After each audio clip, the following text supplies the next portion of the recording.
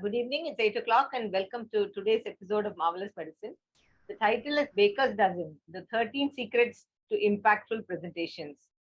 Uh, Mr. Pradeep Yuvaraj has kindly consented to give this talk. He's the managing director at Presentim, a presentation design and strategy agency working with clients across the globe. Pradeep did his BE Electronics Engineering from Pune University and MBA from Symbiosis Pune. The storyteller, entrepreneur, presentation strategist, public speaker, communications coach, and a passionate teacher. He speaks 12 languages and is interested in auto sports and advertising. Using stories as a medium to present ideas is his core expertise, and he has a series of talks for startups for investment presentations called Make It Human. Let's see what story he is going to weave for us today. Welcome, Pradeep, and thank you for immediately accepting to do this session. My pleasure, Dr. Mohanram. Pleasure to be here. So, moderating the session will be Dr. T. Balasubramaniam, a friend, batchmate, and ardent follower and contributor to Marvelous Medicine. He recently retired as professor and head of Department of Cardiology at the Government Medical College, Trichy. Bala did his MBBS from JIPMER, MD Medicine, and DM Cardiology from Madras Medical College. He's extremely passionate about teaching medicine, cardiology, and the soft and non-technical skills that were neglected in our curriculum. Like I mentioned before, Balasubramaniam is a regular on Marvelous Medicine, and all those who log into Marvelous Medicine know that his talks are engaging with the right mix of evidence, anecdotes, and humor. Post-retirement, Bala is playing badminton, planting roses, and growing brinjals in his garden, and has promised to devote more time to Marvelous Medicine. Thank you, Bala, once again for all your suggestions for topics and your active contribution. Over to you, Yuvraj. Thank you. thank you. You missed out one anecdote, Dr. Mohanram, is Dr. Bala also got a new laptop post-retirement. Yeah, exactly.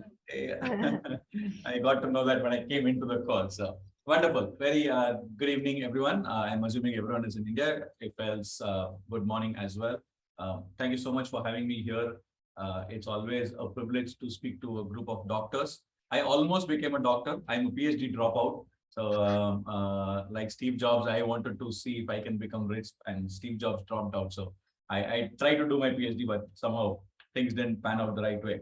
So it's a pleasure. And for those of you who are on the call, apart from Malini and Sharif and Dr. Mohanram and Dr. Bala, if you can put your videos on, that will be wonderful. You know, it's good to have conversations with people, especially when the host has set the context saying that Pradeep's specialization is make it human. So I would love to see the humans there. Wonderful tie, Dr. Ghosh or Mr. Ghosh. Okay, he's suddenly become phantom, like half the head is gone. Wonderful. So Dr. Mohanram, I have 60 minutes to talk, right? And then we do the conversation. I mean, normally we do 45, but it's okay. Wonderful. I'm all set for 45, but on the message somehow I thought that there was like a 45-minute Q&A kind of a thing. So we will try to stick to 45 minutes, maybe plus or minus 1 minute here and there. Yeah. So what I will do is I will start sharing my screen. Maybe okay. Cool. Ms. Malini or Mr. Sharif, if you can be my co-host and just give me a thumbs up whenever I ask some question to know that you're able to see my screen. Yes. Cool. Okay. So now that I have my assistants in place, I'll get set on the talk. So the agenda, so to say, given to me is to see if I can work with all of you on this call and help you become storytellers. Better storytellers. I would use the word better storytellers because we are all storytellers. We all were born storytellers. At the same time, I understand that there's a large crowd that's from the medical fraternity where you have to make regular presentations, either about your cases, either about your findings to different audiences. So I will try to help you a little bit from my experience on how do you make those presentations a little more impactful. The reason I have titled my talk Baker's Dozens, those of you who do not know this proverb or paraphrase, is in the olden times, in Britain or in the Queen's country, so to say, if a baker did not give exactly 12 slides, he or she was flogged in the middle of the street, right? The king used to flog him in the middle of the street because he did not give 12 slices. So what bakers used to do is to just make sure that they never commit that mistake. They used to throw in one extra slice into the bread. That's how it's called baker's dozen. So it actually is not dozen, it's actually 13. So my talk today is going to be 6 points on storytelling and 7 points on presentation design. So that's my 13 and that's my baker's dozen for you. The overall theme for you to understand is that storytelling is an art. So whatever I talk to you today might be something that may not be something that you can implement it immediately. It will take some time. It takes months and years probably for you to get them together. The second part is a science. So science always is easy to implement because you know that there are facts and there are structures and there are systems and there are processes. So the second part of my talk, which is the 7 design principles for non-designers, is something that each of you can actually implement today night, and you see the transformation in yourself tomorrow. So that's the broad way in which I have set my talk today. What I'm going to do right now is to put on a bit of music. I want all of you to close your eyes, forget everything that's troubling you, forget the credit card loans, forget the patient that's complaining to you, forget. Just take deep breaths and mentally, physically, and emotionally be with me. 60 seconds.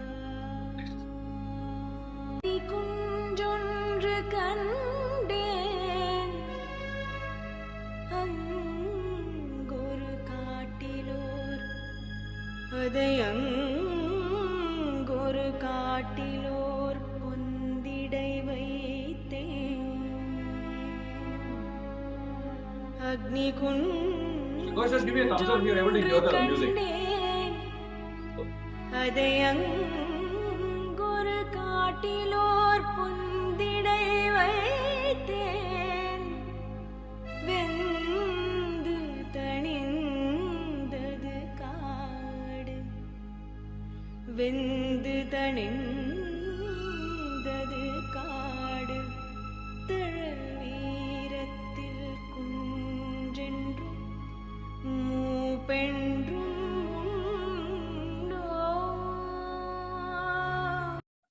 Wonderful. Please open your eyes. There are 3 reasons why I put this music usually as a prefix to all my talks. Number 1, we're all constantly running in life. Sometimes we don't know why we're running, but we're running. So this bit of music is to kind of, tell us, okay, hey, let's take a pause. Let's step back and look at ourselves. As a storyteller and as a presentation designer, I want to help you take a pause today and look at yourself as a storyteller and as a presentation designer and see where some of the inputs that I give you today will take you. The second reason I use this is to derive the actual meaning that Bharatiya said out of this. Agni kunjandru kandenade angoru kaattilor pondilai vaithen, vendu tanindadu kaadu taral veerathil kunjandru moopendru mundu. So Bharatiya said that I took a small spark or an ember of fire and I kept it deep inside the forest. When I came back the next morning, the entire forest was burned down to ashes. That is the power of the Indian youth. So Bharatiya said this in the context of the freedom struggle. For me, as a presentation strategist, I tell all my wards or my customers that the presentation that you have is like that spark of fire. It may look very small, but if you deliver it in the right way, it has the power to change the entire world. So whenever you are making a presentation, remember that you've been given an opportunity to make a difference in people's lives, and that is not short of burning down the entire forest or changing the world. So I want you to kind of remember this message as the overriding thought of my talk today. There are 3 things that I'm going to talk about today. 1, I want to help you look at things from a different perspective. I'll tell you why perspective matters. It's important to be a storyteller. Perspective is important for good storytellers. Perspective is important for good presentation design. I will talk to you a little bit about the conceptual age and storytelling. And then, like I said, I will give you 7 design principles for non-designers. Wonderful. Because I'm a teacher, I like my students to have pens and papers with them. So I want you to do some activities. So please grab your paper and pen, and then we will get into the session. So Malini and Sharif, you will have to probably get your paper and pen. See, now you know why I get the camera on. So I know whether my students are getting things or no, right? So let's give some workout to the kidney that we have on the top of our head. I hope all of you have your paper and pen. Mr. Agarwal, paper pen have you, sir? Cool. I'm assuming that this is a multicultural audience, Dr. Mohan Ram. I don't think everyone understands Tamil, right? Yes. Okay. Good. And Umaira and Dr. Navneet and Ram Niranjan and Meera's iPad. If you can tell me how Meera looks, it will be good to talk to a human being. Nikita and Nikita Ranjane, that sounds like a Marathi name. Video shuru kela tar chan hona, right? Vijay and Chakrabarti. Wonderful. Cool. So can you please draw this shape that you see on the screen? Thank you so much, Ms. Ranjane. Good. Kutte आहेत आपण? पुणे की मुंबई की? Mute मध्ये आपण. You're on mute. You're on mute. Nashik, sir, Nashik. I met you at Ganga. Wonderful. माझं नाव देवलालीवर ठेवलं झालं होतं. So me सांगणार, I'll tell you the story later on. Wonderful. So can you please draw this drawing that you see on the screen? Just the outlines, no need to do the coloring, nothing. Just draw the outlines. Cool. Done? Wonderful. Now can you please divide the blue part into two equal similar looking parts. Divide the blue into two equal similar looking parts. Show it to me on screen if you have done.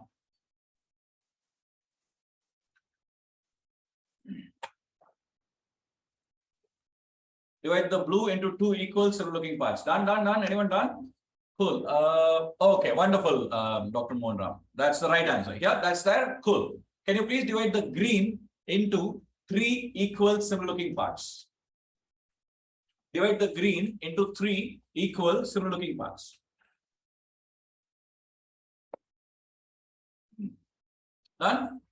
Malini and Sharif are far away, but yeah, I'm assuming that they've got the answer. Cool. Is that the answer? Yeah, wonderful. Brilliant people on the call. Now please divide the red into four equal similar looking parts. Divide the red into four equal similar looking parts. Divide the red into four equal similar looking parts.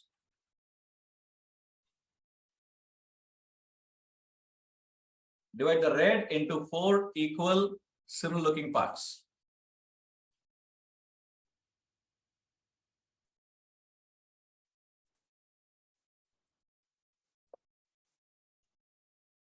Done. Where are all my intelligent students? Dr. Mohan, I can't see your screen. Okay. So you've drawn it this way. Let me probably annotate it so everyone can understand what you've drawn. The second, where's my annotation? I can't see my annotation. I think annotation is disabled. Right. So Dr. Mohan, you have drawn one line here and one line here, right? So that's two right angle triangles and two equilateral triangles. All the four are not equal and similar looking. If you look at it, two are similar and the other two are similar. I need all the four. Yes, Dr. Sandhu, same thing with you as well. If you look at it, your two shapes are same and the other two are same. I need all the four to be same. Dr. Navneet Sandhu. उसमें दो जो है right angle triangle है और दो equilateral triangle है. मेरे को चारों के चारों बराबर चाहिए. I need all the four to be equal and similar looking.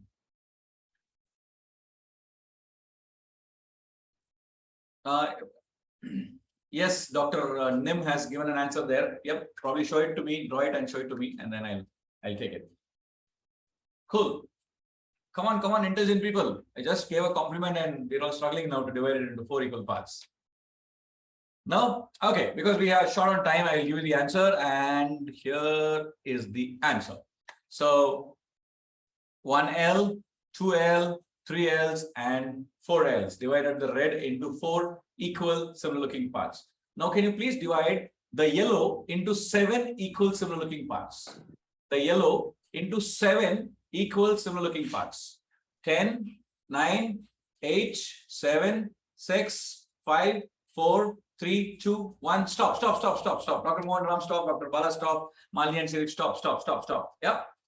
So if I were to ask my nephew who's in grade 5, the answer for this, he would say, "Arey mama, what simple question you're asking. So easy to divide a square into 7 parts.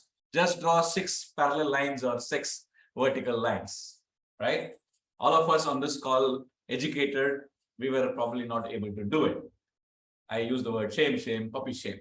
But the question is, why? I want to ask each of you, why do you think, you can put it on chat as well if you're not able to speak to me. Why do you think we were not able to do something? You agree, right? You agree that we were not able to do something that a 5th grader could have done. Why? You can unmute and speak to me, or you can put your answers in the chat. And let's make it interactive. I actually, we were conditioned by your previous suggestions. Wonderful. You were conditioned by the previous thing. Okay. Anyone else? Ravi Shankar, Gautam Raj, Humaira, Ronita, Vijay, Krishnan, Arul Selvi. Okay, since I did not participate in it, I'm going to take a guess. It's because at least we're afraid of being wrong. Okay. You're afraid of being wrong. Wonderful. That's a good way. Yes, Dr. Chetna. I think I know Dr. Chetna. You're the anesthesiologist from Surat, right? I'm from Gujarat, Vadodara. Yeah. We met at Gar. Yes, at AORA. Right. Yes. Yes. So why do you think you were not able to do what's... Sorry, I just joined actually. Okay. Not a problem. But Cool. the answer to this is that maybe because it's easier to think of even numbers of divisions rather than an odd number of divisions of any part. Okay, so that's a mathematical way to look at it.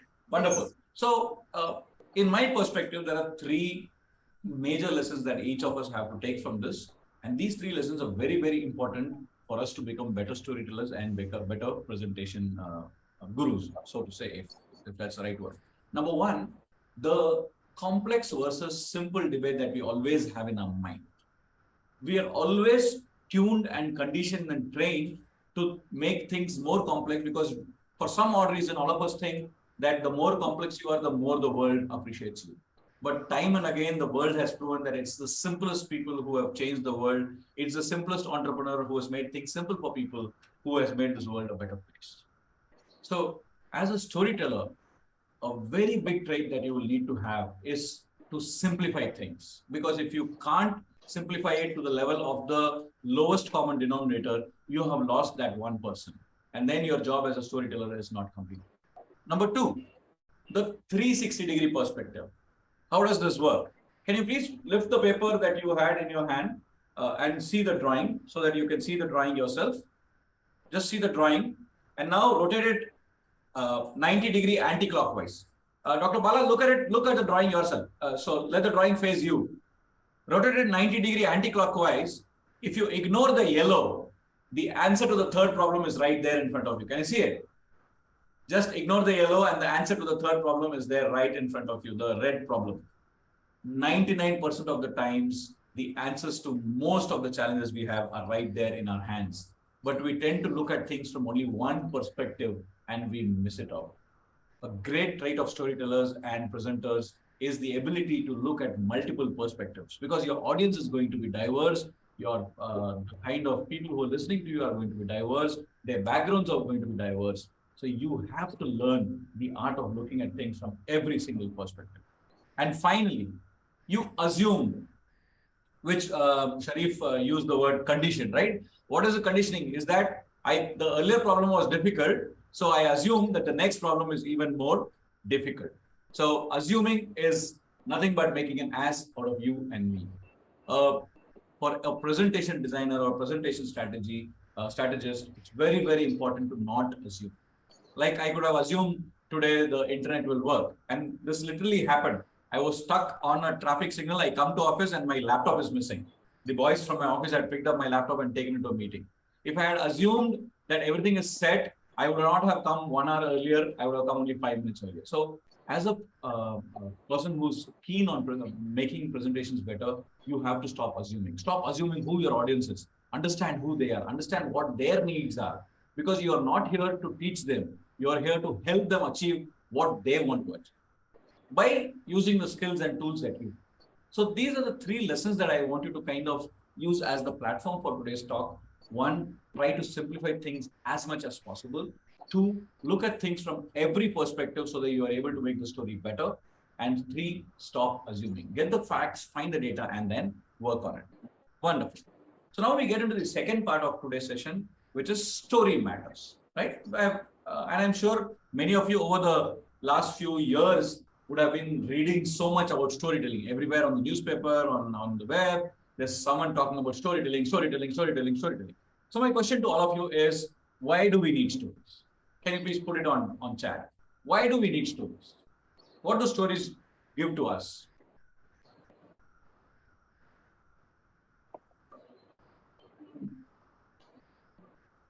Why do we need stories?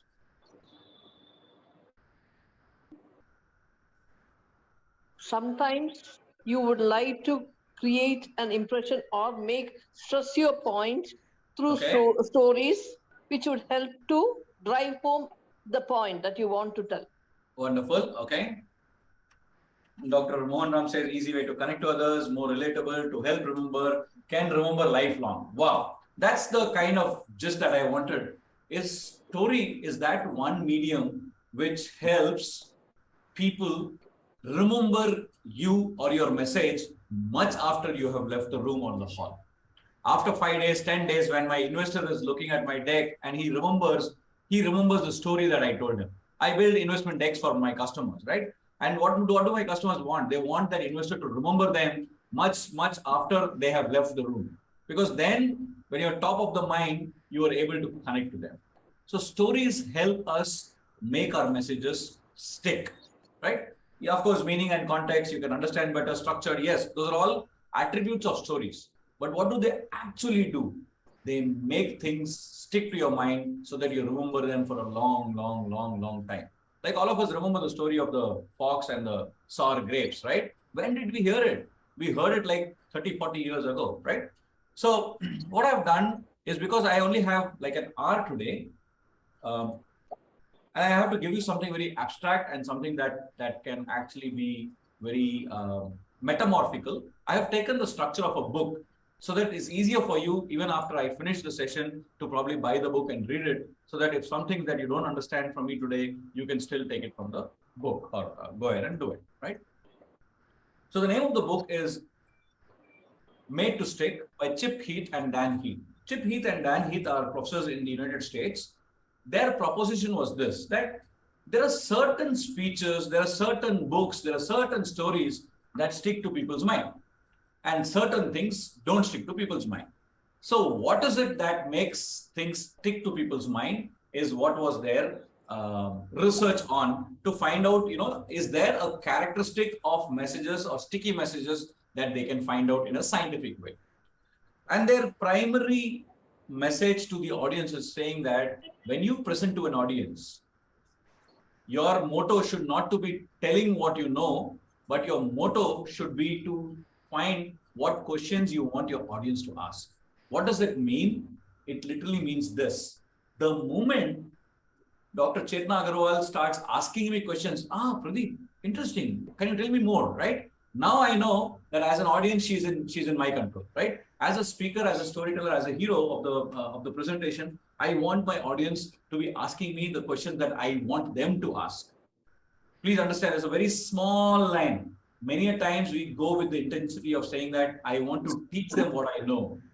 Rather, here I am coming with the perspective of saying that I want my audience to ask these specific questions so that I am able to dictate and move the presentation in my own way, right? So that's the whole idea of why you want questions to come out from. So what Chip Heath and Dan Heath found is that every sticky message has 6 characteristics. Okay, what are those 6 characteristics is what I'm going to talk about in the next 10 odd minutes, so you understand how you can deliver messages that stick. And trust me, some of you might come back and say, hey, I'm a doctor in medicine, I can't do all these things. So these might be good for other people, for business people, but not for me. I have done workshops with almost 600, 700 doctors, and I know when you really want to do it and when you really want the message to stick, you can actually make it. Whether it's a medical presentation to your students or it's a presentation in a conference or wherever you're doing. So sticky messages, according to Chip Heath and Dan Heath, are simple, they are unexpected, they're concrete, they're credible, they're emotional, and they have a story in them. Okay. I will tell you a story before we go into this. So, kind of loosens out the article. Please check our article on telling JAPI 2021 69 77 80. Okay. I will find that out, Dr. Ghosh, or Mr. Ghosh. There was this friend of mine who recently won a lottery. His name is Mohan. And when he won the lottery, it was almost like 1 crore of rupees. So Mohan decided that he has to go to Las Vegas. So Mohan went off, took a business class ticket and went to Las Vegas. And as people do in Las Vegas, he was playing the casino and the roulette.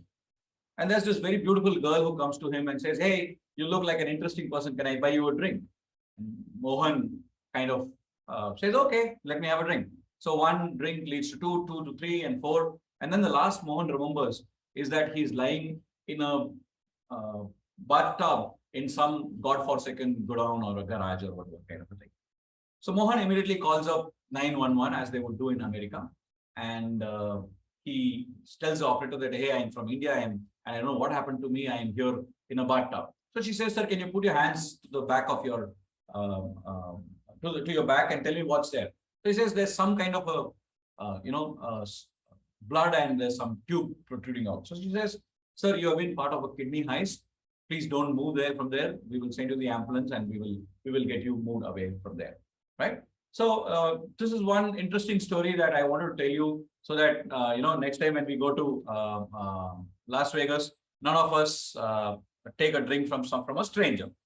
The second thing that I wanted to talk to you about was Einstein's theory of relativity, right? Einstein's theory of relativity. Cool. Let's find out what does Einstein's theory of relativity say. So Einstein's theory of relativity generally means general relativity is physicist Albert Einstein's understanding of how gravity affects the fabric of space-time. The theory, which Einstein published in 1915, expanded the theory of special relativity that he had published 10 years earlier. Special relativity argued that space and time are inextricably connected, but that theory didn't acknowledge the existence of gravity. Einstein spent the decade between the two publications determining that particularly massive objects warp the fabric of space-time, a distortion that manifests as gravity. Cool. Because Dr. Ghosh is here. Dr. Ghosh, can you unmute yourself, please?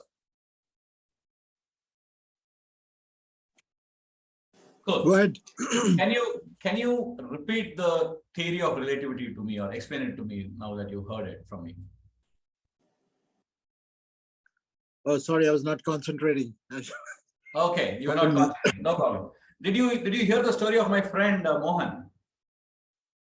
No, I was not. Sorry. You were not. Okay. Who else video is on? Dr. Nikita. You're on mute. You're on mute. You're on mute. It's raining heavily here, so even I cannot. My poor connection is also poor. I could not attend it properly. Okay, so now my students are all giving me excuses. Cool. I'm trying to listen to you, but it's not possible. Almost everybody will remember the story, but not Einstein's theory of relativity. Absolutely. Yes. So the question is why? Because the story sticks to your mind because it structures to the characteristics of these 6 things that it is simple, it's unexpected, it's concrete, it's credible, it's emotional, and it has stories. Now I'll tell you how it works. Okay. Number 1, messages that stick to people are always simple. Mohan's story was a simple thing that all of us could understand. One human being who you could have imagined to be black, tall, dark, handsome, short, whatever, right? You were able to relate to Mohan's stories because it was a simple story. It's something that it could have happened to your neighbor as well. Whereas theory of relativity was something that was complex and very abstract. You were not able to visualize in your mind. Someone had earlier written, visualization is important and that's why we need stories, right? Anything that you're able to see in your mind becomes a story. So Mohan's story, you were able to see it, whereas Einstein's theory of relativity, you were not able to see it in your mind. Number 2, messages that stick are unexpected. They say that, to grab attention, break a pattern, because people are expecting you to do certain things. They know, okay, today there's a speaker, so now the speaker will talk about himself or herself, and then the speaker will do this, do that, all those things. Today I broke a pattern. I put a song in just before I started off. So you kind of sat up on your chair and said, hey, what's happening? I came here to listen to someone talking about PowerPoints and presentations, and here this guy is putting music. Break patterns, you get people's attention. And that's what happened in Mohan's story.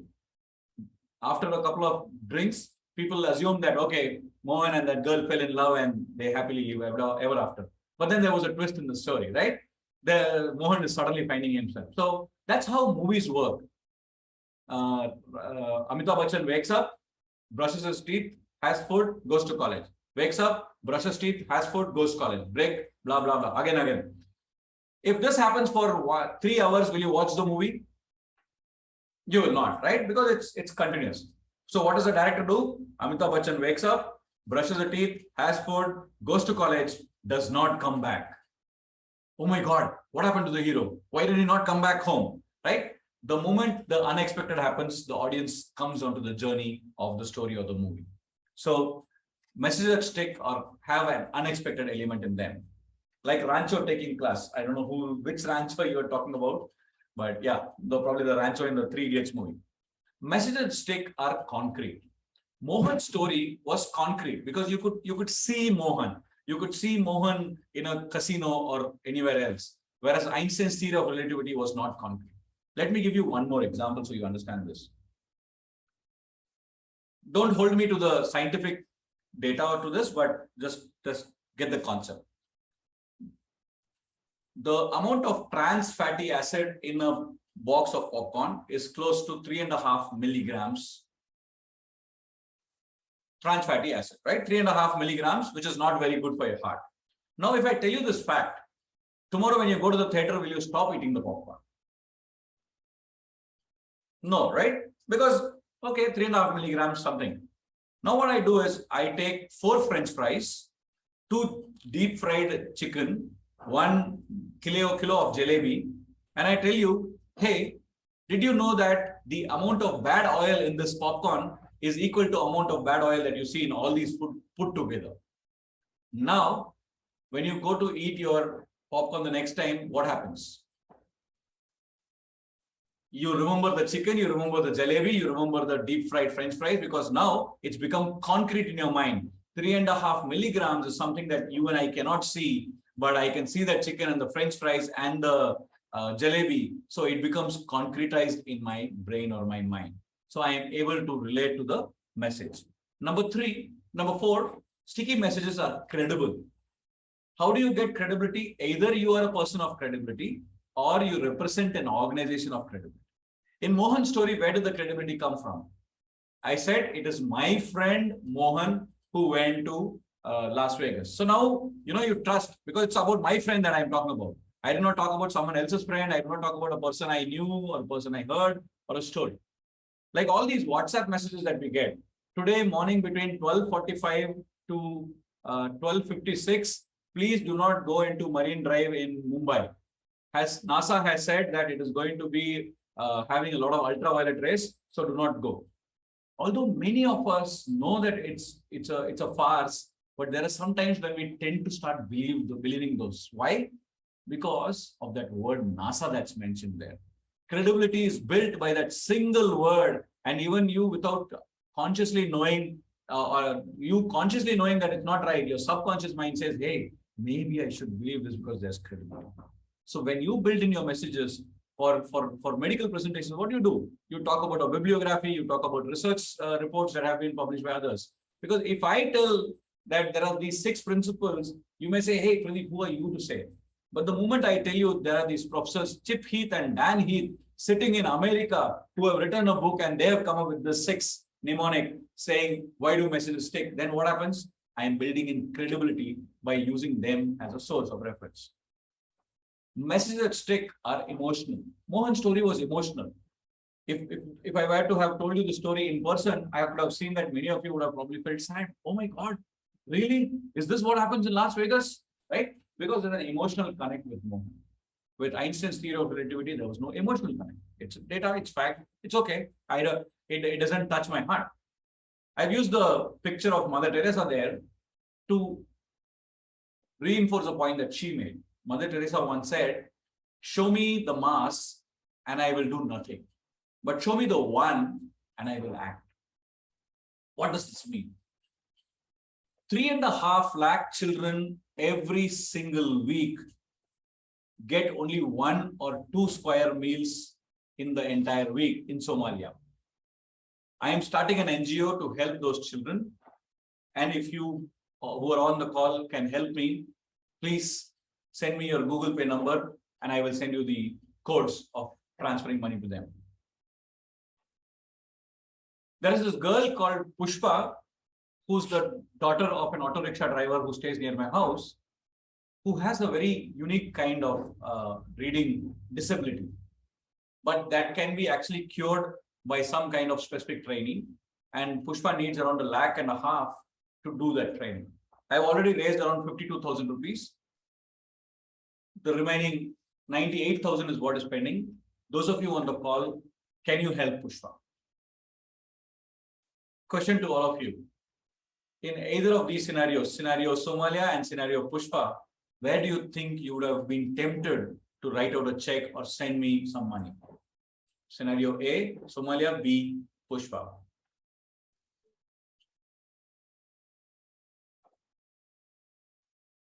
I'm worried if Raj Kumaran and G Manohar are there on the call or no. Scenario B. Anyone else? No one? Wow. Cool. Sharif and Malini, what do you say, A or B? Girl. Dr. Chetna says girl. So give me 2 thumbs up if it is B, give me 1 thumbs up if it is A. 2 thumbs up. Okay, wonderful. Why?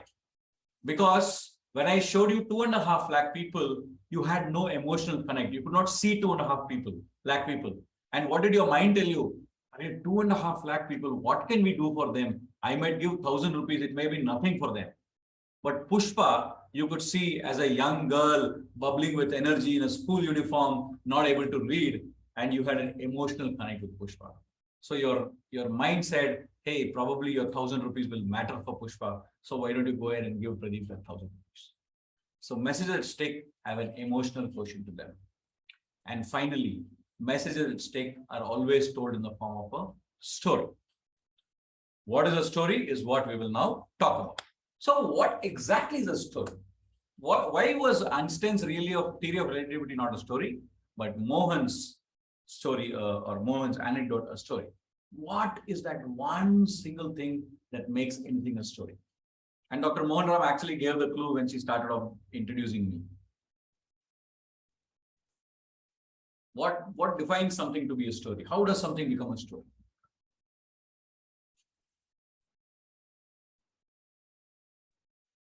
No one. Wow. So a story, and I will tell you the storyteller's secret today, right? A fact or a data point or an anecdote becomes a story when you make it human. The moment whatever you utter out of your mouth or whatever you're telling can be understood by any human being, and it relates to that person, the person can take out meaning from it, it becomes a story. So make it human is the secret that storytellers use, is that when they talk to their audience, they realize that the audience is a group of human beings that are on the other end, and I have to relate to them and I have to make it relevant and meaningful to that audience. I may be talking about the greatest of science, but what does that greatest of science do for that person? That is what is his or her need. And if I can do that, I have done my job well. So just to give you some perspective of how this relates to presentations so that I'm able to connect those 2 blocks that I've been talking about today. Stories try to connect both the brain and the heart. And now with a few examples, I will tell you these how you can build them into presentations, because that's my job and that's my specialization. Number one, we we realize that stories are concrete. We've spoken of the popcorn example. The other example that I like to talk about is there's this young girl who goes to her father and keeps telling, Dad, you don't spend time with me. You don't spend time with me. What does the dad do? He feels bad, but he doesn't react. He doesn't change, including me. I'm sure my daughter will be doing this. And there's this young girl who makes a list. She says, Dad, this year you missed my birthday. This year you missed my first day at school. This year you missed when my tooth fell and I kept it under the bed for the bed fairy. Last week you missed coming and meeting me for the parent-teacher meeting. Now what happens? Now the emotions in the father's mind are much more bigger because the daughter has concretized work-life balance for him. Earlier, she was saying there's no work-life balance. He got it emotionally, but he really didn't react. Now he has concrete reasons why there's no work-life balance, right? So in a slide, how do we do this? So we were working with this company that builds technology for boats. So the technology is basically like a remote control or walkie-talkie that two boats can use to communicate. And this company was going to investors every week to present their idea. And they were coming back clueless because the investors were not able to understand them. Now, why were the investors not able to understand? This particular presentation that we did was in 2018. And in 2018, what had happened? By then, India had sent a rover to Mars, right? And the investors were finding it so difficult to accept something that India is able to communicate with a device or a machine that's like millions of kilometers away, but two boat guys cannot communicate with one another because there's no device. Why? Because when you go into the sea, mobile phone doesn't work. Satellite phones are banned in India. Illegal satellite phones are expensive. So it was very difficult for the audience, wherever they went, to kind of understand this. So what did we do? We created a character called Ayyappan, and then we said, when Ayyappan goes to the sea, this is how it is. Tell me, when you look at this, what happened? What is the question that comes to your mind? Why? Right? You ask why. Suddenly, the moment you look at the slide, your mind says, why? And what did I say when we spoke about message at stick? You want your audiences to ask the question that you want them to ask. So now the why is the leading question for you to tell a story that, sir, I will tell you the real story of fishermen in Kerala who are not able to talk to one another because in India, we don't have any cheap mobile technology to be used in the high seas. And that is the technology that we have built, and we are so and so, and this is the technology. So that small tweak of not talking about the technology and the product in the start, but putting a human at the center of the story and making the people ask that question, why, twisted it for this company. And can you believe it? In the fourth presentation, after we built the deck for them, they raised 52 crores of rupees. Why? Because now their investors were able to understand the human impact of this, and they were able to multiply, saying that in India, there are 10 lakh fishermen multiplied by 1,000 rupees a year. This is the potential of this company. So make it concrete. Number two, emotions. We spoke about emotions, right? 65,700 odd women die every single year of cervical cancer in India. Again, don't hold me to the numbers, but that's kind of the broad number. When you look at this number, I know there are a lot of you here doctors. Are you like shuddering with emotions and you're shocked and you're like feeling like you want to go and do something? Maybe, maybe not, right? Most of us in India are kind of immune to such large numbers and people dying in such large numbers. So we don't do anything. We kind of listen to it, oh really? Okay, and we forget it. Now, what if I tell you that every 8 minutes, one Indian woman dies of cervical cancer? Every 8 minutes, there is a woman. From the time that I started this class to now, 5 Indian women have died of cervical cancer. Now what happens? Do you shudder? Do you feel, shivering in your chair saying, oh my God, what are you saying, Pradeep? Can't something be done about it? If you do mathematics, 60 divided by 8 multiplied by 24 multiplied by 365 days in a year is nothing but 65,700 women in a year. It's the same data I gave you. The first data, you had no emotions. The second data, you had emotions. So stories bring in emotions, so they connect to humans. The complex versus simple. I said we need to be simple. Stories are simple. Steve Jobs, one of the greatest presenters in the world, they took all his presentations and they ran it through something called as a Flesch-Kincaid test.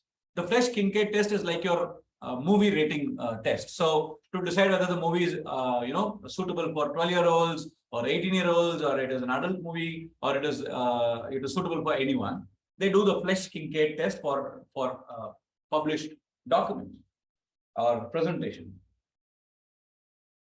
And Steve Jobs' presentations, can you believe their rating was that they are suitable for 6th graders? Someone who's supposed to be the biggest innovator of the century wrote speeches and spoke speeches that could be understood by a 6th grader, because he knew that making it simple is the most powerful tool that he had. I'll give you an example of Steve Jobs. So in the year 2001, Steve Jobs launched the iPod. Okay, the iPod had at that point of time had 2 megahertz of bus speed. It had 8 gigahertz of storage. It had an aluminum body. Excuse me, that could withstand almost 300 degrees centigrade of temperature. But did Steve Jobs talk about those things when he came onto the stage? No, because he knew that he had to make it human. So do you know what Steve Jobs started off with? He said, ladies and gentlemen, today I am going to introduce you to a device that will help you carry 10,000 songs in your pocket. Now what happened to the audience? All of us who were adapted to carrying cassettes in our cars and in our houses, and 8 songs in a cassette, and the moment it gets over, you reverse the cassette, you are like, wow, 10,000 songs in my pocket?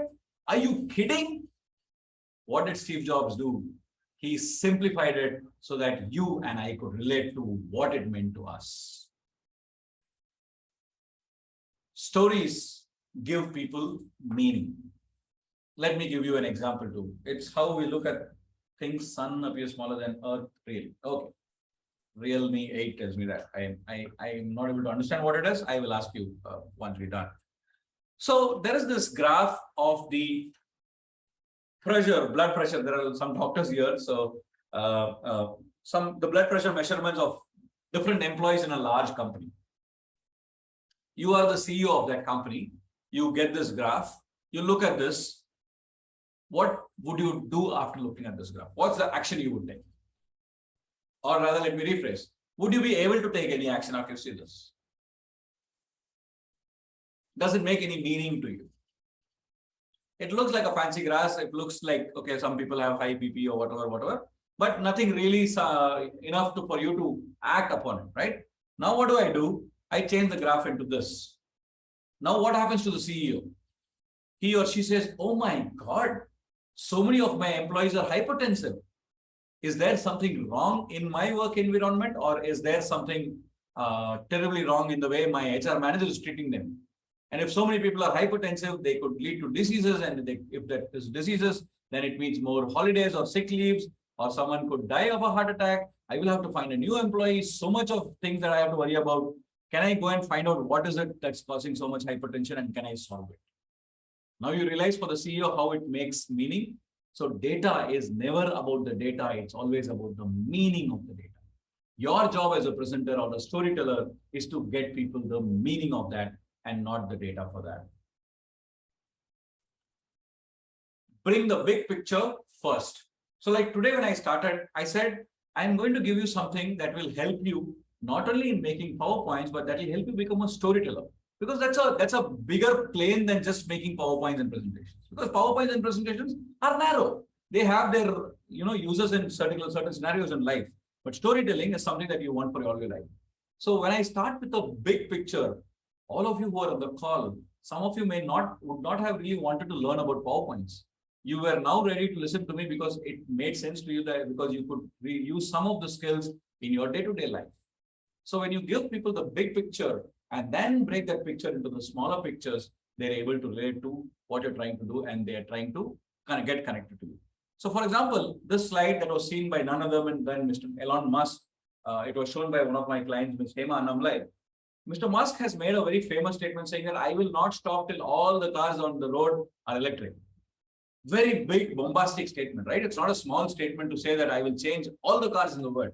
So Hema wanted to kind of give that kind of a bombastic vision to him. So we tweaked the message for the Indian context saying that I will not stop until every scooter on the Indian road is electric. So what happened to Elon Musk? He says, hey, who's this lady from India who's talking so bombastic, such a big vision? Let me listen to her, because she gave him the big picture. Rather than saying that, hey, I'm Hema and I'm like, I manufacture electric scooters, I come from India and I come to you because I want you to invest in the company, blah, blah, blah. No. Big picture. I want to make sure that every electric bike in every bike in India becomes electric. Hema recently raised 172 crores by selling her company to Greaves Cotton. It's a company called Ampere Electric, and Hema was able to kind of convince Elon Musk to talk to her. Of course, he didn't invest in her, but the point is the big picture helps. So with this, I've kind of bridged one part of my presentation with the other part. Part one was storytelling. I've shown you some ways in which how we have used storytelling in our presentation, so you get the context. Now what I will do is I will give you skills to use in your day-to-day life. And I have, and I have kind of used 7 design principles that you and I can learn in 15 minutes so that we all become great presentation designers.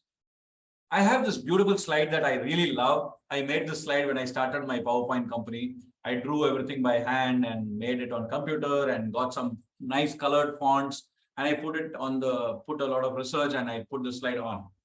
If this slide were the only tool for you to decide whether to go to see the Taj Mahal, would you go to see the Taj Mahal? Yes or no? If this is the only deciding factor. Dr. Mohan Ram is shaking her head vigorously. Absolutely no. Ravi? No. No, right? Okay. Now, if this were the only slide basis on which you have to decide to go to the Taj Mahal, will you go or no? Yes? Moral of the story, presentation matters. You can be the 7th wonder of the world, but if Pradeep Yuvaraj presents you in such a pathetic way, no one will want to come to see you. So the greatest of ideas, the greatest of product, the greatest of thought processes do not become great just because they are great, but they become great because people who presented them in a better way. Presentation matters. And that is what we're going to talk about now in the next 10 odd minutes to teach you the skills that you would need to become a better presentation designer. I have a very simple question to all of you. If right now I tell you to walk 8.8 kilometers and go to some place, can you or can you not? Will you or will you not is a second question, but physically it's possible, right? Yes or no? Let me rephrase my question now. If I ask you now to climb Mount Everest, can you or can you not? Why? Even Mount Everest is 8,800 meters equal to 8.8 kilometers. You just said that you can walk 8.8 kilometers, but you're not ready to go to Mount Everest. Ladies and gentlemen, that is the difference between an ordinary presentation and an extraordinary presentation. They are both 8.8 kilometers, but the second one requires a lot of hard work, time, focus. So if you really want to be a great presentation designer, you have to accept that it also requires hard work. It requires a lot of time. It requires focus. This current presentation that you are seeing me build took me 186 hours to build. Not today, of course. I've been doing this for some time now. But the first time that I did it, it took me 186 hours to come to the story and to the slides. So that is the amount of time that goes into making world-class presentations. With my customers, we build 12 slides or 13 slides as the final output. And on an average, my strategy team spends 150 hours building those presentations. Because we know to become world-class, to climb Mount Everest, you have to put in it. To walk 8.8 kilometers, you don't have to. Right? So what I've done is I have taken 7 principles from design, which will help you become presentation designers. Number 1 is the concept of signal to noise ratio. Okay? What is signal to noise ratio? It's nothing but everything that stops a message from reaching the audience. Let's say right now I'm talking to all of you and there's this large music going on behind me. Can you get the message that I'm telling you?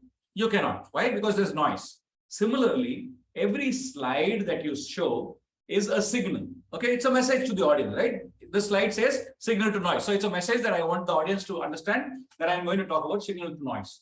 Everything that stops that message reaching the audience is a noise. I will explain to you in design. So here, I want the audience to understand that internet or mobile phone internet is lesser than this one country and more than these 4 countries. Okay, remember, lesser than one country, more than 4 countries. Okay, for that, do I need this background? For that message, right? I don't need the background. Do I need these vertical and horizontal lines? Not needed. Do I need these numbers? No, because all I need is lesser than, more than. And I know my audience can understand that this is small and this is, smaller. So lesser than. Do I need the purple color? I don't need this. Do I need this text? I don't need. So what do? I remove all the noise from my message and I make it like this. Now what happens to the audience? In one instant, the audience knows, okay, in South Korea, mobile internet connectivity is lesser than Japan and it is more than USA, France, UK, and China. And then what happens to the audience? The audience looks at me as the presenter. They stop looking at the slides because I am the hero. You are the hero as the presenter and not your slides. So everything that stops the main message from reaching the audience fast is noise. So on your slides, remove everything that is not necessary for the main message to be communicated. If it is an Excel sheet, what do you want to communicate out of the Excel sheet? That every 5th person who comes to my hospital is a male. Just summarize that onto a big slide, throw the Excel sheet away. Because no one cares about the data. No one wants to know what happened on Monday and Tuesday and Wednesday. They want to know what's the inference. So remove all the noise and your slides will become more powerful and they'll reach your audience faster. Number 2 is the concept of picture superiority. What is picture superiority? Using images that are powerful, that are relevant, and that connect to the message that you're saying. So for example, this person wanted to show data saying that 72% surgeons in India are men. Okay, I may be wrong again on the number, but it's just an example. Now what happened? Of course, he or she would have gone to Google and searched surgeons and this photo would have come. But what's the problem with the photograph? One, you know very clearly this is an artificial photograph. It's like a dramatized shoot. You don't want to, you don't relate to them. 2, they're all foreign faces. As an Indian, you don't relate to them. You're talking about India here.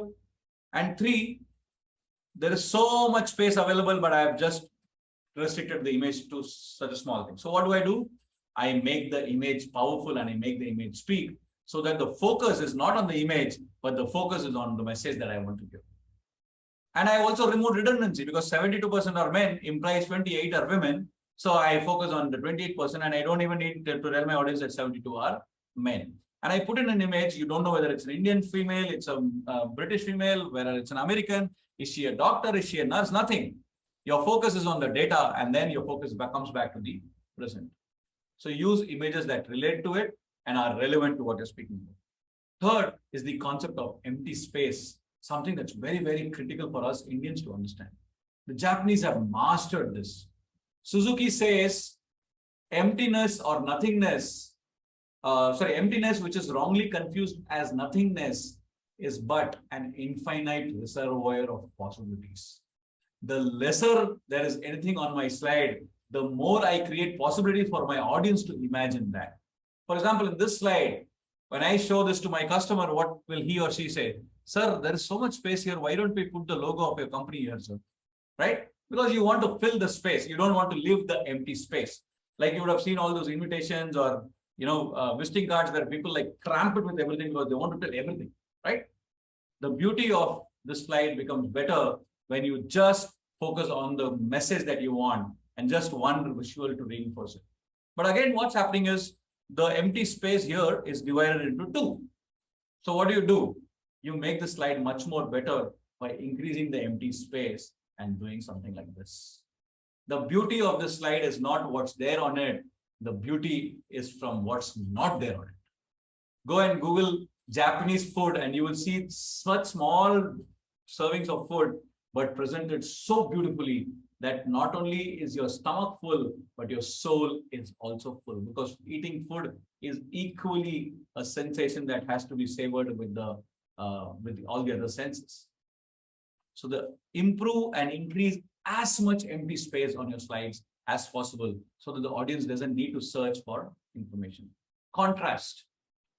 Paul Rand said, without contrast, you are dead. What happened here? Light text, light background.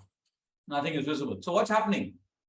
Vijay Kumar Agarwal is like peeping into my monitor. Hey, what does this Pradeep put? I can't really read it. And the moment you make your audience work, what does the audience do? They hate it. Because we don't like to do work. We want to sit aram and relax. Don't make your audience work. Make it clear to them what is it that you want to talk about. Show contrast so that they know in an instant that Pradeep wants to talk about contrast, and they don't have to peep and peer and see what's happening. How do you bring contrast? By color and size. Number 5, the principle of repetition. On my slides, wherever there's an important point, I have highlighted it by doing something. What?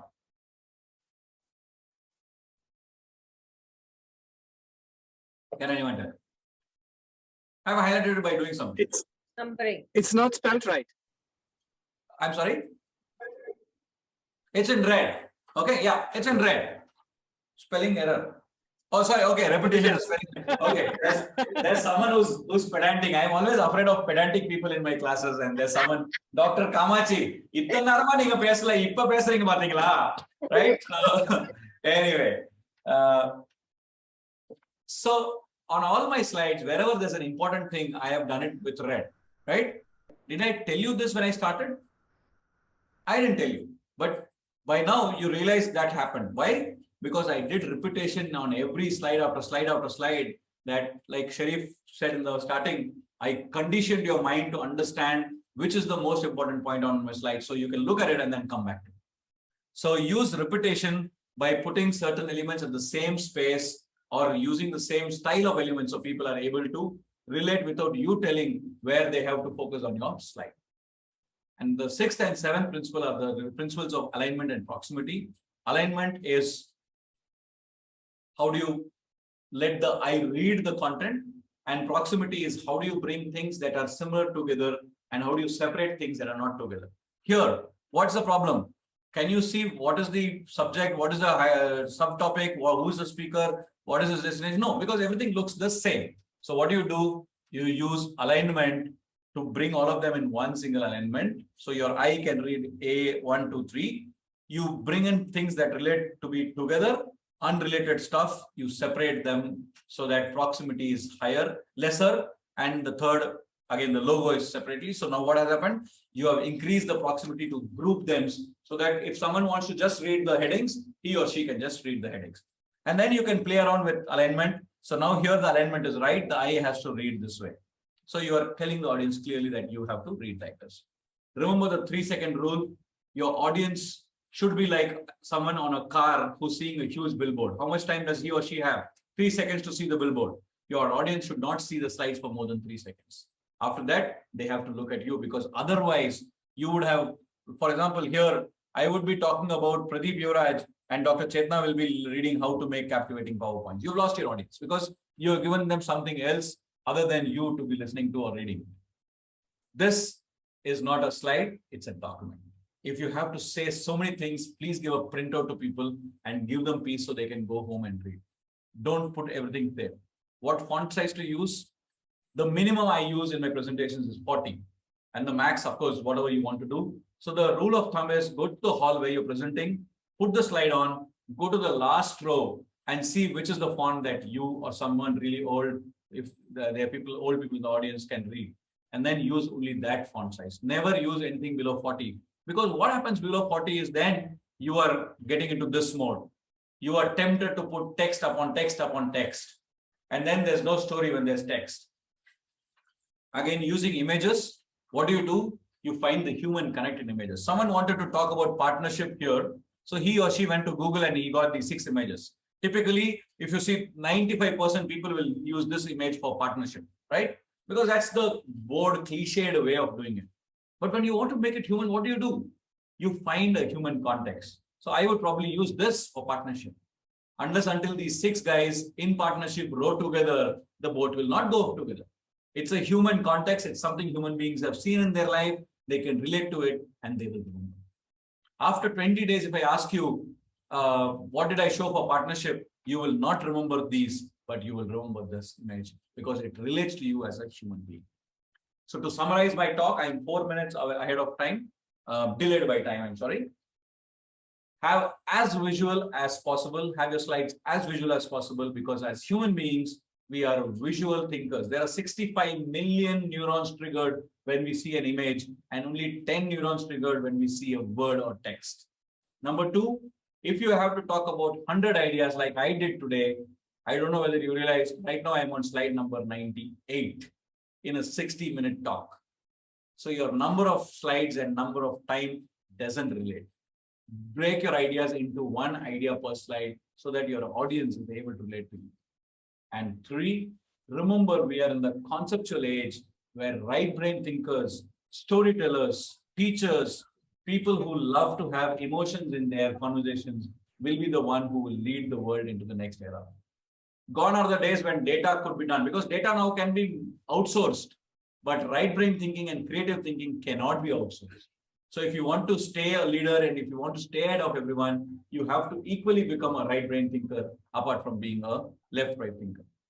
My one message to all of you, if as a speaker, you want to do something, please do it with passion. Do it with the passion that Mahakavi Bhargava said, that I am the spark and I will change the world. And that is why I am here. I've been given the opportunity to speak to people for 60 minutes. And I want those 60 minutes to be the best 60 minutes of their day. If you don't have the passion, it will not rub onto the audience. My name is Pradeep Yuvaraj. It's a pleasure. It's been a pleasure talking to all of you. Those are my coordinates on LinkedIn and Instagram, and that's my website and my email ID. I hand it over to Dr. Balasubramaniam to move to the next part of the talk. Thank you so much for being a lovely audience. Okay. Mr. Pradeep, thank you so much for this extraordinary presentation, I would say. Now, there is a difference between ordinary and the extraordinary presentation. The call for extraordinary is something very unique, not the formula method of introduction, body, and conclusion. You did differently, engage the audience, and it was original. That is the reason why we call it extraordinary presentation. Thank you. The second thing was so special about your presentation is the first line is about passion. Now, every presenter would like to give information to the audience. They would like to share their wisdom, knowledge, and experience. It is information, but the key is, the difference is not information, but something more than that. What is transformation? At the end of the presentation, the audience should go home with a different perspective in the world. So next time the doctors in this forum must give a different set of presentation. That is the transformation one would like to give, and that is related to your passion. If you want to give knowledge to your audience, that should be done with a passion. So that is the second thing I'd like to mention. The third point is about the importance of stories. Now, any presentation is alive only with the stories. Now, never give a message without a story, and never tell a message without a story. That is an important point. Now, the point with stories is our brains are hardwired to listen to stories, and stories intimately, emotionally connect with the audience. And the message in terms of memory, scientifically speaking, stories actually stimulate the brain to secrete dopamine, and dopamine is related to long-term memories. So when you give a message related to stories, they are long-lasting and it is always memorable, and make the presentation very, very interesting. And I was very happy about the different nuances of storytelling. I would like to add, when you tell the story, the narration should involve all the 5 senses.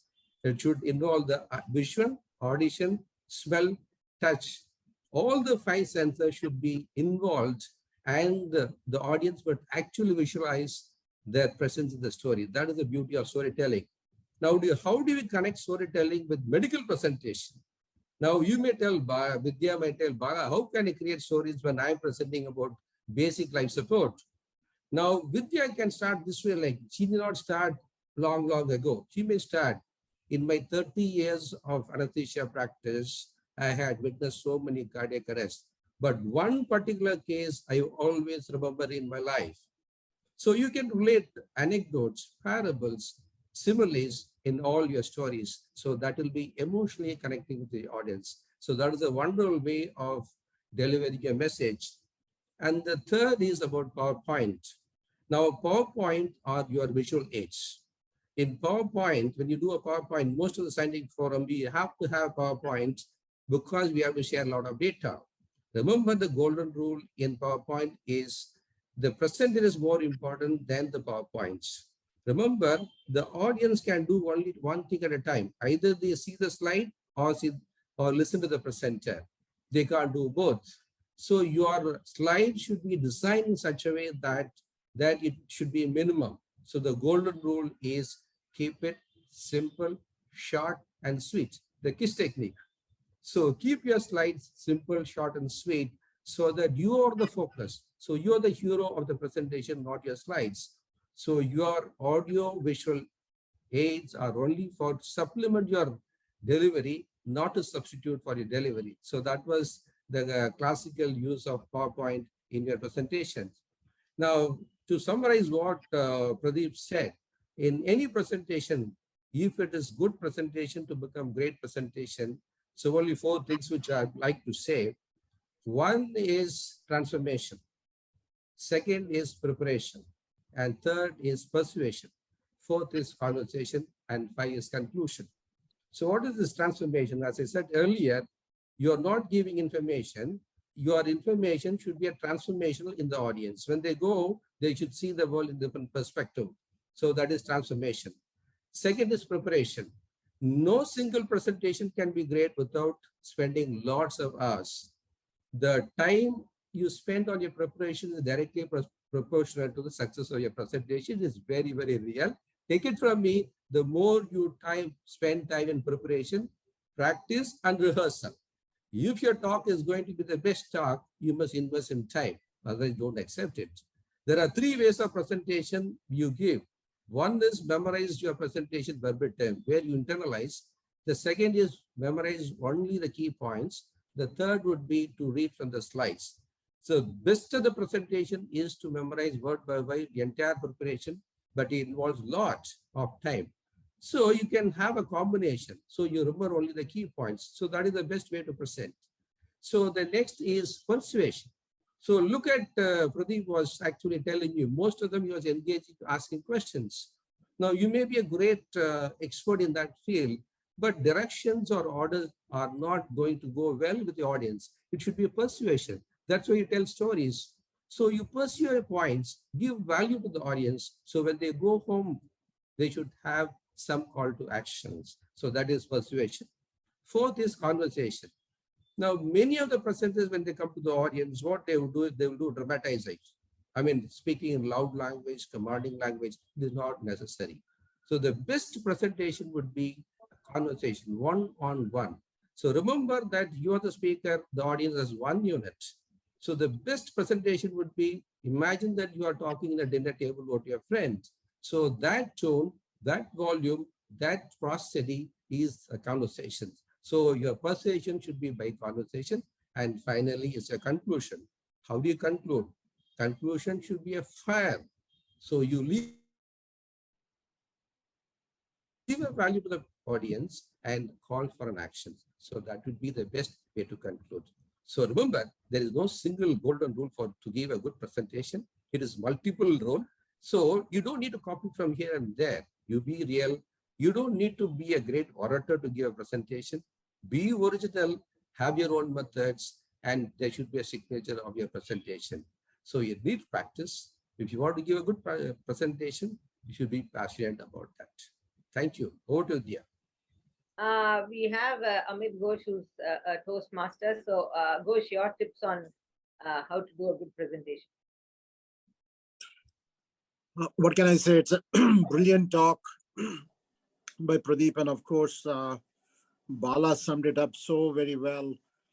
I joined Toastmaster because I wanted to speak for 7 minutes without looking at PowerPoints.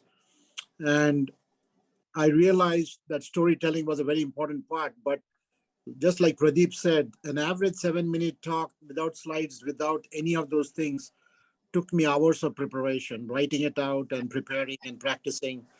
So now it has become like a habit. I can do that. I would go for competitions. I did well, got some hardware to show.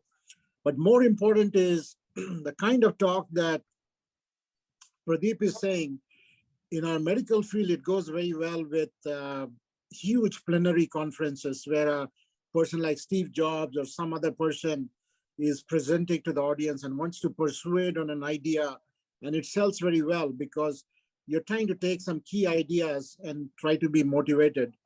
But when it comes to a technical presentation to a medical student or resident, what Bala is saying is equally important because they want facts and they want it in a dense slide. And so sometimes when I go to the lab where research is going on, they have an overhead where they write all these things, small group of people, they don't care about all the drama.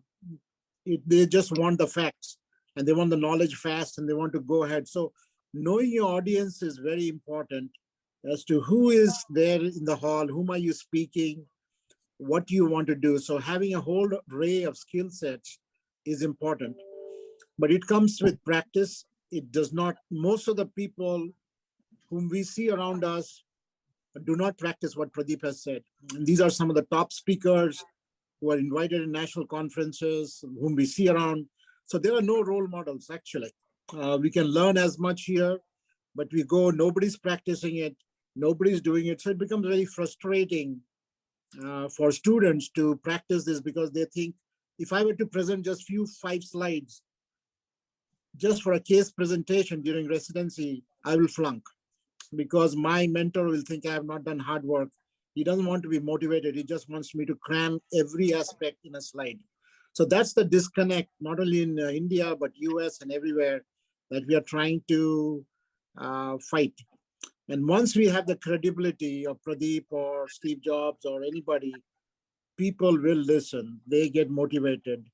So it's a quagmire, and we have to understand that it's an imperfect world, but within that world, we have to understand what's going on. Same thing as Vidya, if there's a new anesthesia equipment which needs technical facts, you have to talk about the technical facts. You just cannot talk about why change was required. That's an important fact. But so knowing your audience is very important. But overall, I've taken down extensive notes. I've heard similar talks. This is one of the better talks. Hard to practice, though. I have to be realistic. It's hard to practice for an audience like our medical audience because they want the money's worth and they want all the facts. So I would bet that you go to any conference in India or abroad, sit down and try to listen. You will see that the plenaries follow this pattern. But every other talk breaks this rule every time around. So that is the difficulty with presentation. And you die by your spectators. I mean, you go there, you prepare, and you have no energy in the eyes. Like Pradeep asked me some questions and I had to answer some emails. And we die by it. This guy is not listening to my talk. I've spent so much time. So you have to forgive the audience sometimes, saying that audience is only going to get 15% of what I say. And what are the 15% I want them to know? Thank you. Chetna, you have your hand up. Go ahead, unmute yourself, Chetna. Yes, good evening, ma'am. Thank you for this wonderful session. Thank you, Mr. Pradeep. It was an honor to meet you there at GART 2022. Like you said, the points, you need to create an impact with the presentation that you do, and you need to have a storytelling concept also. So similarly, I was advised the same thing when I was to do the presentation at Mrs. Universe 2019 in Guangzhou, China. I did not do the regular presentation like it is usually done, the PPT slides normally. I made a presentation out of my digital art paintings to depict domestic violence. Each slide had one picture, one painting, and there was a story related to it in the on the side of it. So people could relate to the image, people could relate to what basic was written about the story. And regarding the statistics, I told them I did not put proper facts on the screen. I told them that by the time the 3 finalists would make a presentation here, there would be one case of domestic abuse anywhere in the world. And by the time the entire panel discussion is over on this domestic violence, there will be 3 deaths due to domestic violence. So that created an impact. The time in this time frame only, there will be 1 domestic abuse and there will be 3 domestic violence deaths. So that was to create the impact of domestic violence rather than putting in all the data worldwide or in India, whatever. Thank you, Chetna, for sharing your, like Ghosh said, these things are really good when we are trying to talk about sort of non-technical stuff, which really makes a big difference. Dr. Vijay Kumar, would you like to add something? No, it was an excellent talk. And though we have to make our presentation, so many times we have far more technical details than what we can absorb in the 7 minutes of the talk. So we need to cut down on the unnecessary details which can be found in the text, and we concentrate on the main messages of the talk so that it makes more impressive and bring out better understanding of the topic. So Dr. Kamakshi Selvam is actually arranging a conference in the coming weekend. So he has this very important question. A good speaker with relevant topic, but audience is not interested. Your solution to improve the effectiveness of the situation. And it could even be your students in your classroom or in school, in college or whatever. Right. So firstly, thank you so much, Dr. Kamaji, for finding out that that spelling mistake. I like people who are pedantic, so it's always good to be around pedantic people. To answer your question, I always use this metaphor, is that all of us, would you say, are we selfish or are we selfless? We're all selfish people, right? Everyone, every single human being is selfish. We always ask one question, which is, Isme mera kya hai? What's in it for me?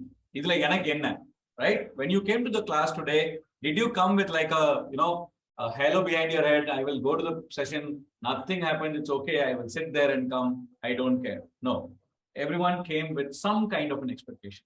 So, Dr. Kamakshi, the best way to get your audience's attention is to find what is it that matters to them the most. Many of us, we are not able to do that because we go with the attitude of saying, I have to tell them what I know. I am skilled. I have knowledge. I have information. I want to give it to them. But they are sitting there saying that, hey, I want to find a way so that my hunger today is removed. Now you can talk for 2 hours about cooking, but that guy's hunger is not satisfied. Or you might get a piece of a burger and give it to him or her, and then start the conversation saying, I will also tell you now how to do the build a burger, right? So it's just a perspective change of trying to answer that question, what's in it for me? I know as a practicing teacher, I have almost 7,000 hours of teaching in classrooms. I know it's not always easy, but I also know that maybe because I have implemented these things that I spoke about today, I am one of the more favorite teachers in all the classrooms that I go, whether it's in kindergarten or whether it's at the PhD level. It's not to speak pains about myself, but what I'm telling you is these methods do work. And like Dr. Ghosh said, but they need practice, and it has to become something that's imbibed into everything that you do. So that's the answer that I wanted to give you. Thank you so much. Yes, Mr. Ravi Shankar. You're on mute. Yeah. When we are speaking something, we should actually introduce. In the start, we should wait for the audience to understand what you're going to speak.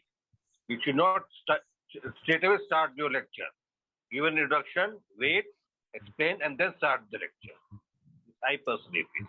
What Yes. you're presenting there. Because that's so what you're saying is that same thing. What will you get out of this, right? At the end of 1 hour, what are you going to get? When you do that, then if the audience really wants it, they will stick to you, come what may. So, Woody, your hand is up. You wanted to say something, Ravi Shankar? No. Okay.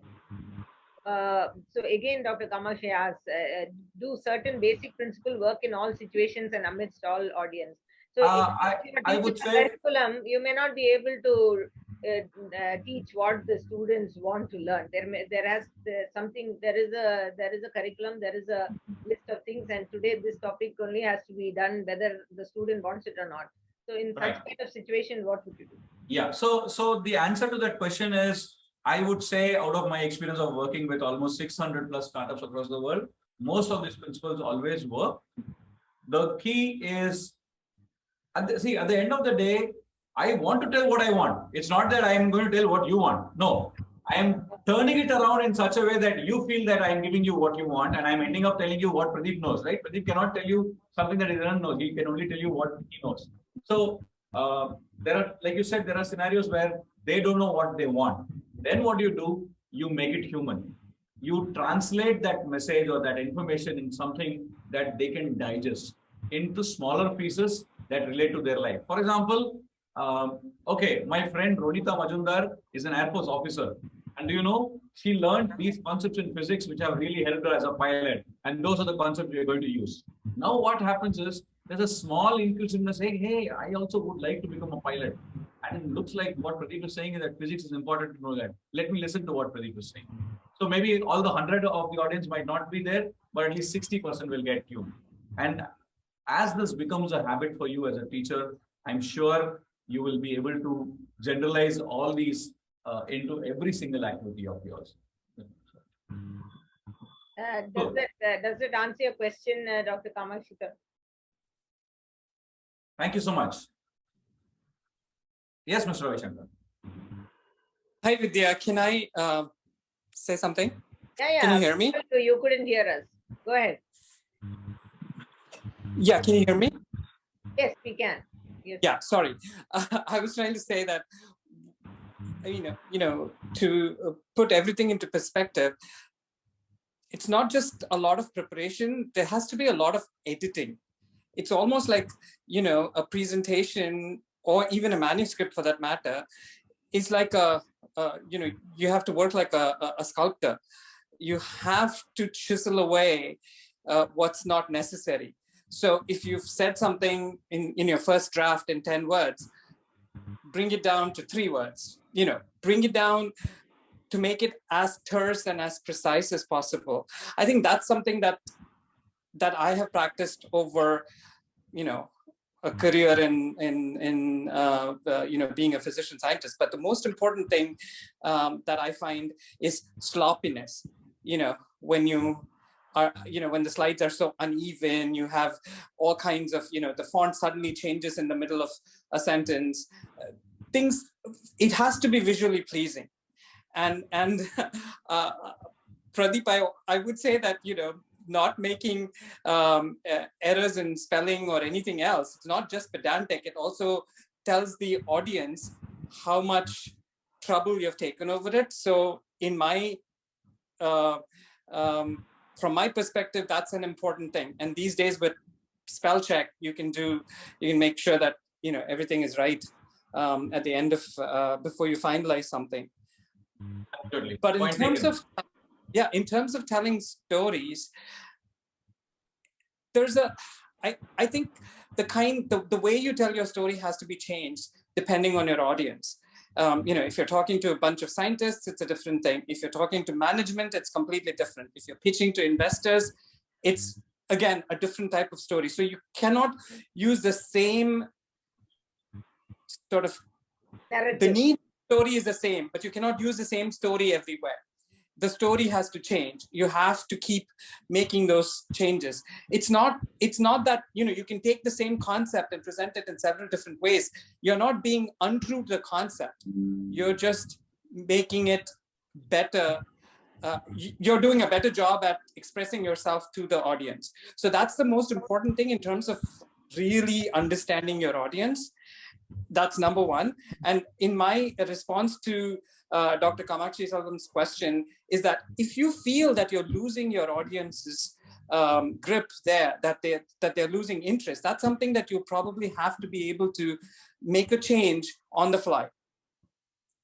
Either interject something else or have something in your back pocket to put in there, or say something for shock value.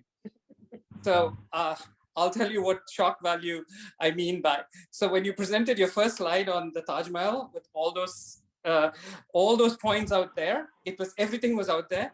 So the first set of PowerPoints that I made had slides like that with 15 bullet points and everything. So the person who corrected me said something to me which I have never forgotten in nearly 30, 40 years. And Vidya, pardon me, you know what's coming, but hopefully nobody is going to object to it. We're all physicians here.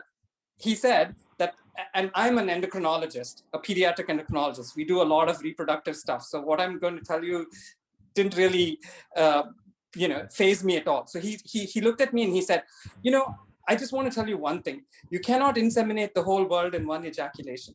So you cannot put more than 3 to 5 bullet points in there. So 2 things, that shock value literally, hammered that message home to me. And the 3 to 5 bullet points per slide, I've never forgotten that.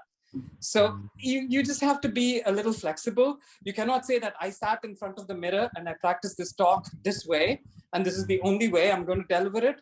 You probably should have flexibility to change it. I think that's also key to holding the audience's interest. Bala had something to comment. Go ahead, Bala. Yeah. With regard to Dr. Kamashi's question of how do you retain the audience attention, there are 2 things. One is retention of the audience. You need to captivate the audience, as Dr. Pradeep was saying. The first 10 seconds is you hook the audience. Then retention of the audience, as you tell your body of the talk, you tell stories or any of the literary devices like metaphors, similes, all that. Then somebody was saying about humor. Now, humor always engages the audience. Definitely, 18 minutes talk is something not easy. So use of humor at the appropriate time, appropriate context is always engaging the audience.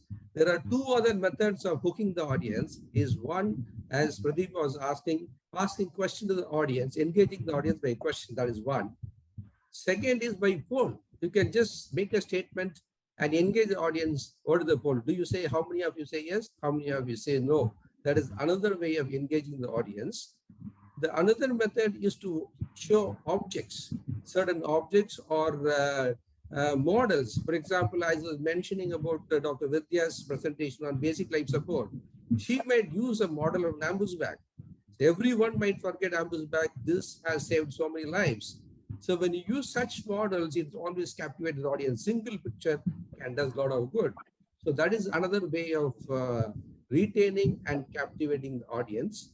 Of course, all these devices can help. It is not a single thing which captivates your audience or retention the audience. It is a multitude of devices. And of course, your delivery always keeps your audience in bay. And as far as the poll is concerned, in any talk, you at least go for more than 1 polls. After every 8 minutes, we can ask for a poll from the audience. In that way, I can actually engage the audience. Second is whenever you ask questions, when somebody answers, you pay compliments, either in verbally or even physically. You can give a book or you can give a journal. So in that way, the audience will remain hooked to you. These are all the devices, how you captivate your audience. Over to you, Vidya.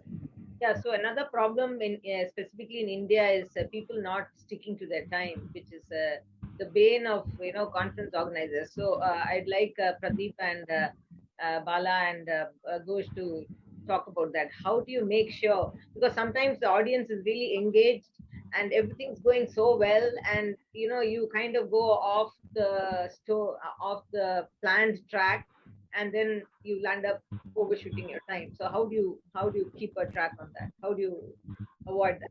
So maybe I would like to just kind of tweak that statement that you made, because we've kind of generalized too much about Indians. No, yes, there's a majority that does that, but I would say there are good speakers in India also who stick to their times. It does come from practice and by respecting other people's time. So as a speaker, I'm always conscious of what time is given to me, and I try to prepare my slides or prepare my context or prepare my examples in such a way that I'm able to finish a couple of minutes before the actual end of time. Because Murphy's law always plays a role. Sometimes your slides don't work, something is hung, internet is not working, Sometimes the audience doesn't respond to your question, so you're wondering whether you should ask one more question or you just keep continuing. So those things do happen, but consciously, if speakers start understanding and respecting other people's time, I think it's a self correction tool that will happen, that you are tempted to do things that would help you do on time. And I'll take a lead from what Mr. Ravi Shankar said. One of the most important things in a movie is the editor. It's not the hero, it's not the heroine, it's not the director, it's the editor. Cut, chop, delete till you come to that crispness that you want to listen to it. And then when it gets over, you are like, oh my God, this got over, kind of a thing. What you saw today is probably only 40% of the slides that I actually built the first time when I wanted to build this talk. So that's my perspective. I think what we know is one of the arts of presentation is what the weather people do. Tell them what you're going to tell them, and then finally summarize what you told them. Whenever somebody interrupts or disrupts, rather than disrespecting them, say it's an excellent question, let us get back to it at the end of the talk, and you can go on the side and talk. The problem is when you are the first speaker in a group of 4 or 5 speakers and you take extra time, it squeezes other speakers. And the audience hates you when you cut into their tea time and lunch time and you're still talking about the marvelous thing that you're doing. Part of the thing is observing some great speakers like Amitabh Bachchan, Shah Rukh Khan, and how they do it, how they engage people with emotions, body language, both verbal, non-verbal, using their hands and space. That's very important. And Toastmasters in particular will get away from your ahs and ums and all these things. But I can't take away from what Pradeep is saying, practice. You got to practice, even the morning before your talk, you got to practice it in your head. You got to tape it, listen to your words, listen to how it sounds, practice with the audience who knows nothing about your talk. All these techniques have been, I have practiced in a room in a hotel where I put in a sofa, I put pillows and all kinds of pillows. I put an Angry Joe painting, and a lady who's really angry at me and all kinds of things, and looking straight at them and talking. So it's not easy. It's not automatic. It's not a learned behavior. Some people are gifted, but for most of us, it can come with a lot of practice.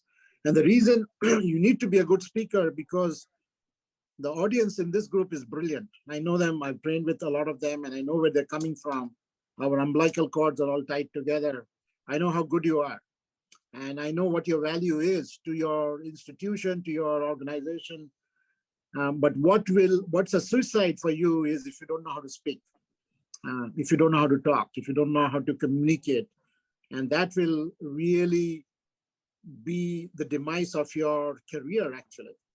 And like Bala is an automatic, you can see that it seems automatic, but he's such a refined practice speaker. It's amazing. He'll stand out in any part of the world. Ravi Shankar is another one like that. So it doesn't come automatic. And there's no one way of saying it. This is Pradeep's way, is great. There's some other way. So make it your own, whatever way. Pradeep is given a very good model, but it will work in many places, but you still have to modify in many other places. So practice. Yeah. If anyone, yes, Bala.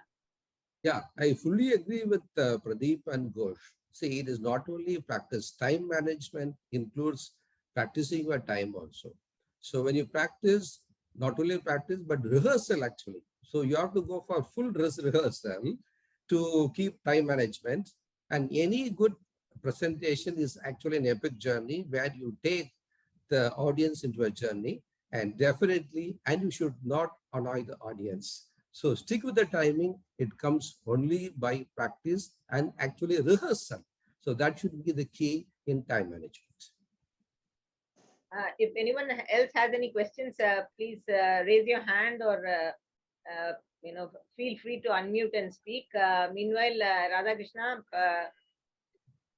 your takeaway from today's session. Yeah. Do you have any time, Vidya? Do you have time, Vidya? Anything particular you wanted to do? No, I just want to ask Pradeep, one of the important thing is the fear of public speaking. I think we have 46 doctors in attendance. If you ask 46, all would be saying that I have refused many presentations because of the fear of public speaking. What is your take on how to reduce the public fear of public speaking, the glossophobia? You can tell from your experience. Okay, so the boy that you're seeing sitting in front of you today taking this class till 8th grade used to be someone who used to go and hide behind his mother's sari when someone came home. So that's me. I used to be so shy that, when someone came home, I was running around. So getting me to the stage was something that took a lot of effort. But to be very honest, Dr. Bala, there's no yes or no answer to this. When you go onto the stage, remember that the audience is cheering for you. Okay. No audience wants the speaker to be boring. No audience wants the speaker to be not interesting. So they're actually clapping for you. They're cheering for you. They're waiting so that they can give you a standing ovation. The moment you get that perspective into your mind, saying that, hey, if I go and do something good, the audience wants to, cheer for me. The first time it may be difficult, and that's what they do in Toastmasters, is they make this a habit for you by giving you practice, and they have those structures where they get awards and they get small medals and stickers and all those things, which are kind of small, intrinsic motivations that people get. But at the same time, it's something that has to come internally, saying that, hey, I know, my audience wants me to win, so let me go ahead and win. The second one I would tell is also from my own experiences of having grown up in 17 different states of India. Every time my father used to be posted to a new place, the biggest struggle was feeling out of place because they spoke a language that I did not speak. And that is like a big, big hurdle, right? So the way I overcame that is creating this attitude in my mind, saying that I don't care. Till I know the language, I will make mistakes. I will still keep correcting myself. I may speak wrong Marathi, but when I find someone from Nasik there, I will use my Marathi and practice my Marathi. So it's an attitudinal thing, saying that people may laugh at me when I go to the stage. People may make fun of me. It's okay. I don't care.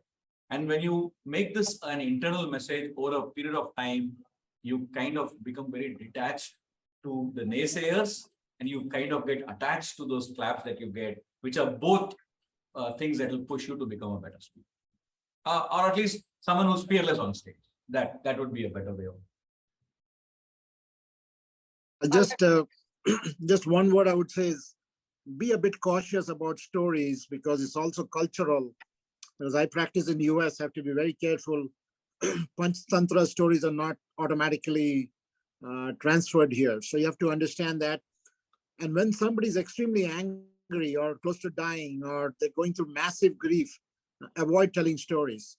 It's good to get straight to the facts, be empathic, and get straight to facts. So storytelling has its pluses and moments of calmness, and it works most of the time. I use it all the time. That's the article which is there in Japi, which I send the reference.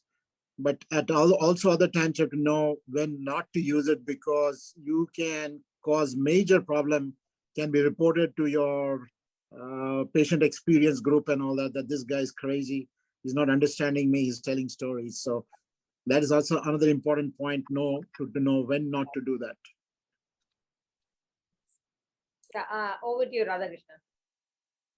Yeah, actually, when we all, the bunch of 40 plus doctors assembled here, we were looking forward to some tips of how to present medical presentations. That's what we do all the time. And, this is this presentation, a breath of fresh air, I should say. This is something new, something which we didn't expect, as a matter of fact. And quite interesting, because so many facets of presentations looked very new and experimental to me.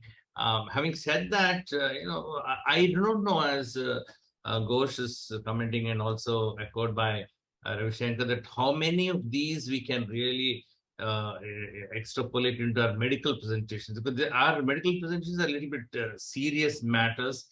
And, when you have a font of 40 and a huge image of a lady surgeon, and they don't really, they're more of media people, a newspaper or a magazine headings they look like, rather than our medical presentation, because there's a lot of material which we discuss are very serious matter. Now, our people would like to see a 67,000 so and so deaths in cervical cancer, rather than seeing one death every 8 minutes. These presentations, we are tuned like that. But I think it's time to change, and a lot of take-home points today. And I'm sure from now on, a lot of us will have some influence of Pradeep in our slides, which is going to make, and also our fonts are going to change, our empty space is going to increase on the slides. And, the energy with which he presented, I think, because that's one other important thing which we notice in our Indian situation, especially the medical situation, we are somewhat poor, a lot of us, in our language, our grammar, our expression, and so on. I think these need to be worked on. And altogether, I should say it's a very, very sort of novel and useful lecture tonight. And I'm sure it'll, as Bharadiyar said, that this might ignite a small spark somewhere in our slide making. Thank you. Thank you. Thank you, Pradeep, for readily accepting my invitation. I missed his workshop in the conference that I attended, so I thought I will make use of the Marvelous Medicine platform, not just for myself but for others as well. In fact, Bala also was parallelly thinking of the same topic. He actually suggested we should do a session on PowerPoint presentation. So when I told him that I'm already in contact with Pradeep for this, he immediately wholeheartedly joined the thing by saying, "Oh, fine, I'll moderate the session." And thank you, Ghosh, for joining, though you are out of the time zone. Thank you everyone who logged in. It was one of the most interactive sessions, and thank you all for your questions. We'll meet again next week with another episode of Marvelous Medicine. Till then, take care and stay safe. Good night. Thank you so much. Good night and good day.